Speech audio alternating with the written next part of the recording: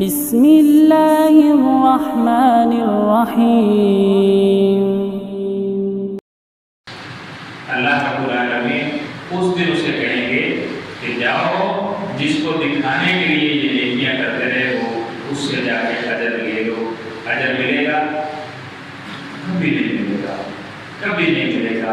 اس لیے جب دین میں شیطان یہ خلل ڈالے کہ فلاں آپ کو دیکھ رہا ہے اچھی نماز پڑھو، آپ کا استاد آپ کو دیکھ رہا ہے بہترین کر کے نماز پڑھو، آپ کا محلے دار آپ کو دیکھ رہا ہے، اسے پتہ چلنا چاہیے کہ تم بڑا صدقہ کرنے والے ہو، تمہارا رشتے دار تمہیں دیکھ رہا ہے، ذرا کھل ڈل کے نیکی کرو، پتہ چلے اسے بھی کہ ایسے بھی نیکی ہوتی ہے۔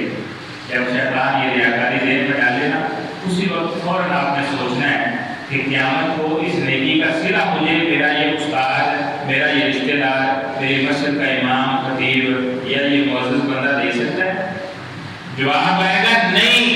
جب یہ جواب آئے گا کہ یہ صلہ نہیں دے سکتا تو پھر آپ سوچیں صلہ اس کا کس نے دینا ہے؟ وہ رب العالمین نے دینا ہے۔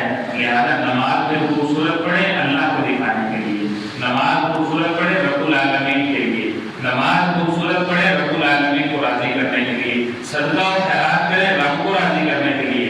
نبی صلی اللہ علیہ وسلم نے فرمایا کہ جس شخص نے ریاکاری سے روزہ رکھا، جس شخص نے ریاکاری سے نماز پڑھی، جس شخص نے صدقہ کیا ریاکاری کے لیے، فقط اشرک، اس نے اللہ کے ساتھ شرک کیا۔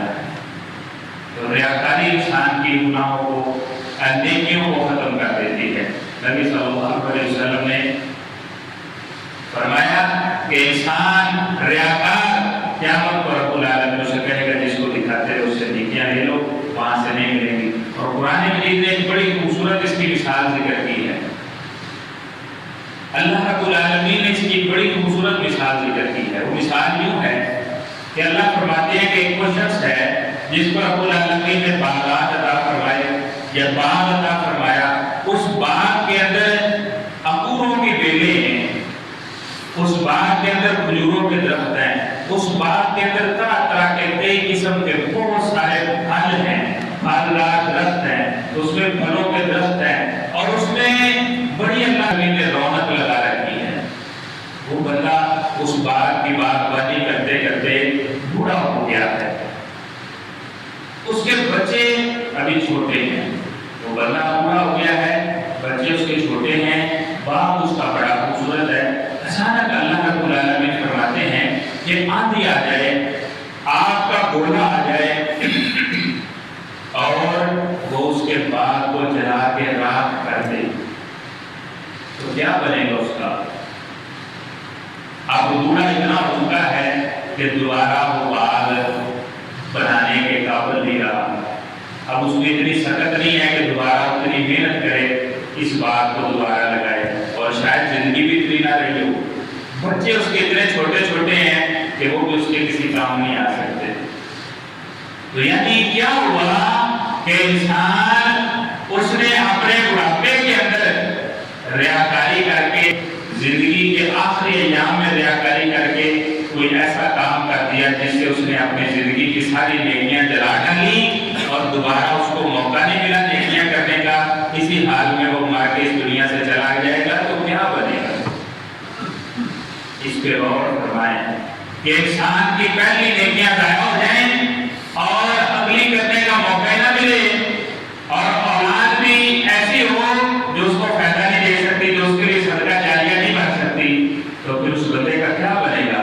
اس بندے کی ساری زندگی کی کمائی وہ بالکل زیرو ہو جائے گی، اور جس بندے کی ساری زندگی کی کمائی زیرو ہو جائے اور وہ دوبارہ کمانے جوگا نہ رہے، اس تکلیف کا احساس اس بندے سے پوچھا جا سکتا ہے کہ بھائی اس کی کتنا ہے، اس کی کتنی تکلیف۔ تو اس لیے نیکیوں کو ضائع ہونے سے بچائیں۔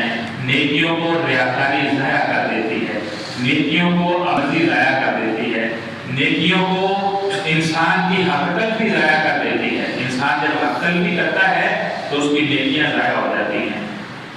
نبی صلی اللہ علیہ وسلم نے وہ تفصیلی روایت بیان کی ہے کہ قیامت کو شخص آئے گا، بڑے نماز روزے اور زکات اور حج اس کے پاس ہوں گے، بڑی نیکیاں ہوں گی، لیکن جن کی حق تلفی کی ہوگی وہ اپنا حق لینے پہنچ جائیں گے۔ کوئی کہے کہ اس نے میرا مال اٹھایا ہے، کوئی کہے کہ اس نے مجھے گالی دی تھی، کوئی کہے کہ اس نے مجھے مارا تھا، کوئی کہے کہ اس نے میرا حق کھایا، کوئی کہے کہ اس نے مجھے ناحق قتل کیا، کوئی کہے کہ اس نے میری چوری کی، کوئی کہے کہ اس نے میری ڈکیتی کی، کوئی کہے کہ اس نے میری عزت کو پامال کیا۔ سب کو اس وقت کرنسی کیا ہوگی؟ اس وقت کرنسی نیکی ہے۔ آپ نے فرمایا ہر حق لینے والے کو اللہ اس کی نیکیوں میں سے دیں گے۔ اس کی یہ نیکی لے لو، راضی ہو؟ وہ کہے گا راضی ہوں، چلو بھاگ جاؤ۔ اس کی یہ نیکی لے لو، راضی ہو؟ ہاں جی راضی ہوں۔ اللہ اس حق لینے والے کو اس کی طرف سے راضی کریں گے، حتیٰ کہ نبی صلی اللہ علیہ وسلم نے فرمایا اس کی نیکیاں ختم ہو جائیں۔ حق لینے والے پیچھے باقی ہیں، ہم زندگی گزارتے ہیں، ہم سمجھتے ہیں ہمیں کس میں پوچھنا ہے، ہمیں کون پوچھنے والا ہے۔ کئی لوگوں کو پولیس کا ڈر نہیں ہوتا، کئی لوگوں کو حکومت کا ڈر نہیں ہوتا، کئی لوگوں کو ماں باپ کا ڈر نہیں ہوتا، کئی لوگوں کو مالداری کا ڈر نہیں ہوتا، کئی لوگوں میں حیا اور لحاظ نہیں ہوتا، جو مرضی کرتے پھرتے ہیں اور وہ سمجھتے ہیں کہ ہم نے کہیں پہ نہیں پیش ہونا۔ ایک ایسی سپریم عدالت ہے کہ جہاں پہ کوئی بھاگ نہیں سکتا۔ آپ نے فرمایا جب حق لینے والے موجود ہوں گے اور ابھی باقی معاملہ نیکیاں بھی ہو گئی ہیں، اللہ پھر ان کے گناہ اس کے کھاتے میں ڈالے گا اور اس کے بعد اسے گھسیٹ کے جہنم کی آگ میں پھینک دیا جائے گا۔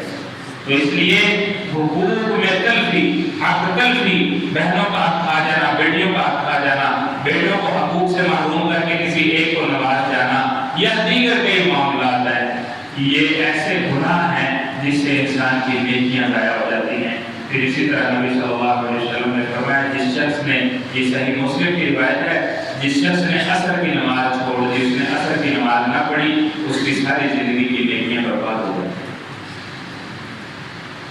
ہم عصر کی نماز کو بڑا معمولی سمجھتے ہیں۔ من ترک العصر، من ترک العصر یا من ترک صلاۃ العصر فقد حبط عمله۔ سیدنا عبداللہ بن مسعود رضی اللہ تعالیٰ عنہ کہتے ہیں رسول اللہ صلی اللہ علیہ وسلم نے فرمایا جس شخص نے جان بوجھ کے عصر کی نماز چھوڑ دی اس کی نیکیاں ختم ہو جاتی ہیں۔ یہ کام معمولی نہیں ہے۔ جنتی جنت میں جا کے سوال کریں گے جہنمیوں سے کہ تم جہنم میں کیوں آئے ہو، وہ جواب دیں گے ہم نماز نہیں پڑھتے۔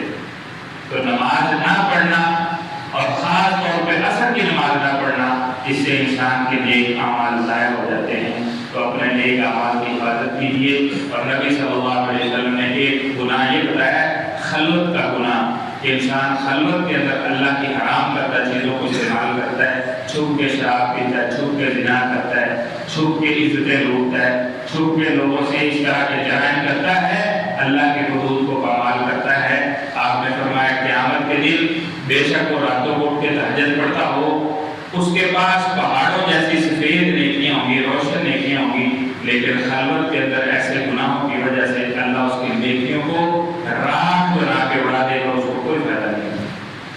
تو اس لیے نیکیوں کے غرور سے بچیں، نیک اعمال کی حفاظت سیکھیں۔ اللہ کی توفیق سے جو نیکیاں ہوئی ہیں اللہ اپنی بارگاہ میں قبول فرمائیں۔ اللہ ہمیں اپنے نیک اعمال کی حفاظت کی توفیق بخشے۔ اللہ ایسے جرائم سے محفوظ فرمائے جن سے نیکیاں ضائع ہو جاتی ہیں۔ اللہ اس رمضان مبارک کا آنا ہماری زندگیوں کے لیے باعث برکت بنائے۔ اللہ ہمیں جہنم کی آگ سے آزاد فرما دے اور ہمارا رب ہم سے راضی ہو جائے۔ وما توفیقی الا باللہ۔